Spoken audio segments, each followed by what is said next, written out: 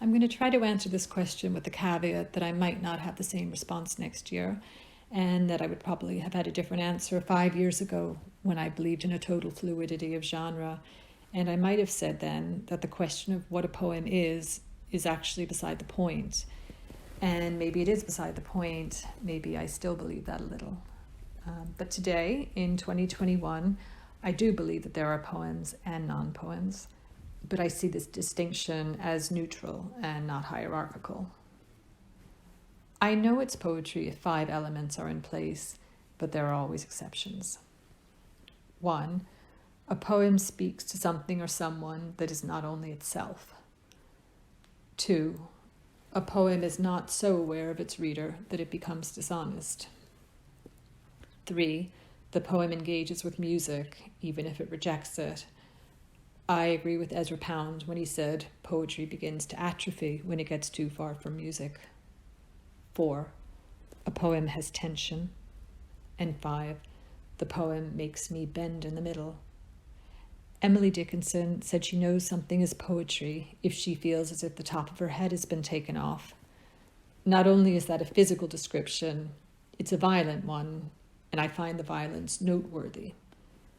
My experience is also a little violent, but I feel it somewhere in my stomach, as though I've been punched or heard terrible news, and yet my feeling of pain or grief is strangely mixed up with something like transcendence or joy. A poem I know to be a poem is Kate Bingham's On Highgate Hill. In her poem, Bingham takes Thomas Hardy's poem, We Field Women, narrated by a chorus of female agricultural laborers based on those in Tessa the D'Urbervilles. Hardy's poem is in 3 rhyming stanzas with refrains, and it begins, How it rained when we worked at Flitcombe Ash and could not stand upon the hill, trimming swedes for the slicing mill. The wet washed through us, plash, plash, plash, how it rained. Hardy's poem is an exuberant, idealized song of farm life that goes through the seasons and different kinds of weather, emphasizing female community and shared labor. Kate Bingham takes the structure and music of that rural Hardy poem, moving it to a North London bus route. She retains the first-person plural voice, but her community seems to be mothers and daughters on the school run. Her first stanza begins, How it rained when we caught the bus up Highgate Hill, past Whittington's Cat and the hospital. The driver insisted he was full, 20 wet children pleading shrill, how it rained. The poem continues in this Hardy-esque vein, going from rain to snow to sun. But Bingham's poem has 4 instead of 3 stanzas, and the 4th stanza gets very dark. It goes like this. How it shone. The children kicked their seats until the driver came roaring out of his stall. He bent in the middle. We saw it all. The engine turned off. Traffic stood still. How it shone.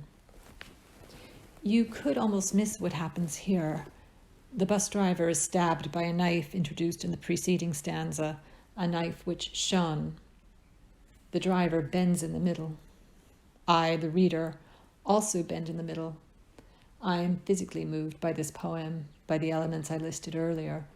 The poem communicates beyond itself by speaking not only to its readers, but to Hardy across its century. The poem is comfortable inhabiting a somewhat old-fashioned template, so it's not trying too hard to impress. The poem has music and tension, not only in the narrative drama, but also by raising questions around authorial ownership and what happens when a contemporary female poet uses a Hardy poem about women as her template. There are also tensions between the rural and the urban, the female community and male violence. Bingham's poem seems to tick all the intellectual and conceptual boxes of what, for me, makes a poem, but it is also, at least for me, deeply moving.